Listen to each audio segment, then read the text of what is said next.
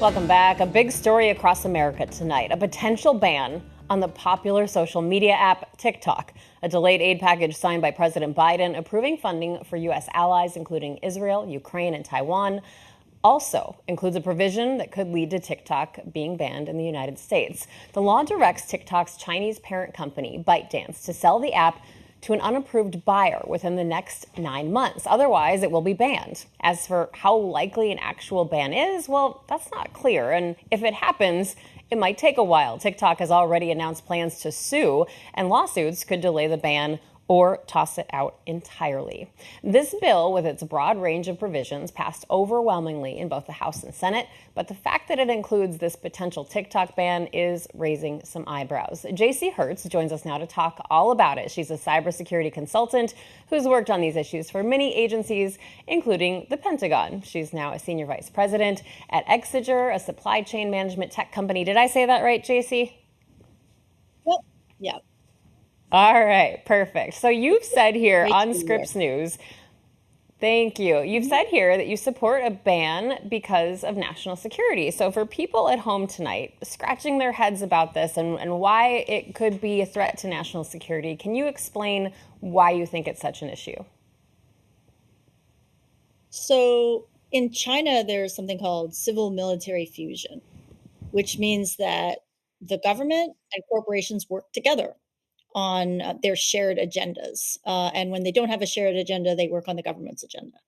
So there's no real functional distinction in governance between what the government wants and what a corporation wants. So all the theater around, well, we would never give Americans data to the government, well, except if we had a secret order to do so, right? So this is essentially a company that, like all Chinese companies, could at any point become a state actor of a nation with which we have a competitive, in some points, adversarial relationship, which can both project and manipulate media impressions and gather information on U.S. citizens, including U.S. citizens who work for the U.S. government. So there's a bunch of problems in there. And this is what has led to this determination that it is a very severe risk, if not a threat to national security. So I want to get to that risk and that threat in just a second here, but I want to ask you first. We saw this get bipartisan support. Of course, it was attached to that crucial international aid.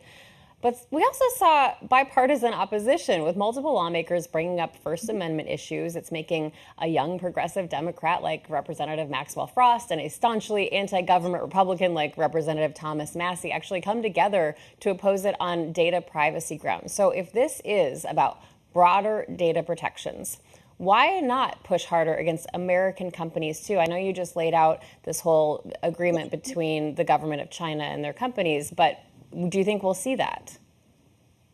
I don't know. I'm sorry. I'm just trying to keep a straight face around, Chinese government influence corporation and privacy, because this is a surveillance state. So, I have to work very hard to control my face around that. I think the free speech is perhaps a stronger argument, but I think a lot of the opposition to the ban comes from this reality that we all know, which is that TikTok is an exquisite platform for influence operations, and that includes political influence. So if you have a lot of followers and you've spent a lot of money on the social media managers who are getting you a lot of traction on TikTok as a politician or as a brand ambassador or whatever you are, you don't want it to go away because you can monetize it. You can monetize it for fundraising for politics. You can monetize it in all kinds of ways. You can get votes with it. So it's very effective. But that's part of the problem too, right? Is if you have a state actor that is harnessing this very effective platform for its agendas, and it's not like foreign government has never tried to interfere with our elections before. Mm-hmm. That's a problem. So it in some cases, in some ways, the opposition to it by the people who are opposing it is in fact proof of the case. So TikTok has 170 million users in the U.S. And I heard somebody ask today, does the Biden campaign understand how popular this app is? But he already signaled he would sign this earlier this year. So I'm wondering how you see this playing into his reelection campaign. Well, it remains to be seen, as we see with all kinds of political initiatives that are subject to lawsuits. There's a true set of objectives that can happen in the world, and then there's all of the gesturing and the theater that can happen, and all of the legal proceedings that can happen, and who knows. So it's a question of risk and calculus in all politics on all sides. What is the cost of doing this? What is the risk of not doing this? And there is so much influence operations on TikTok, and in fact in many media platforms, that the risk of allowing a foreign adversarial government to pursue influence operations during an election year is quite high, because we are more aware of these operations that we were in the last election, and it's more obvious.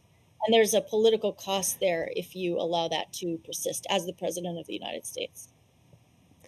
And briefly before we have to go, there's been given this 9-month timeline basically for the company to sell or it's banned. Do you see TikTok selling within that timeline that's laid out? And then what? It's impossible to know, but it's also, if it is sold, then there's this other issue of, how much of it is really sold, how much of a disconnect is there really between the software developers in China who are creating it and then some subsidiary which has licensed it, which is legally distinct, right? So what are you really accomplishing in this? And that's a corporate governance issue that road has been trod before, and it's a very difficult road. So even if this goes through, and even if there is a sale, it really remains to be seen how much risk has been bought down. Okay, JC Herz, cybersecurity consultant and senior vice president of Exiger. Thank you so much for being with us tonight and helping us understand this a little better. Well, the nightmare continues for American families whose loved ones are still held captive in Gaza. Next, to new information on an American-Israeli hostage and the message his parents are sharing in their fight to bring him home. Plus, Tennessee lawmakers passed a controversial bill to arm teachers, what it means and how people are reacting. Up next.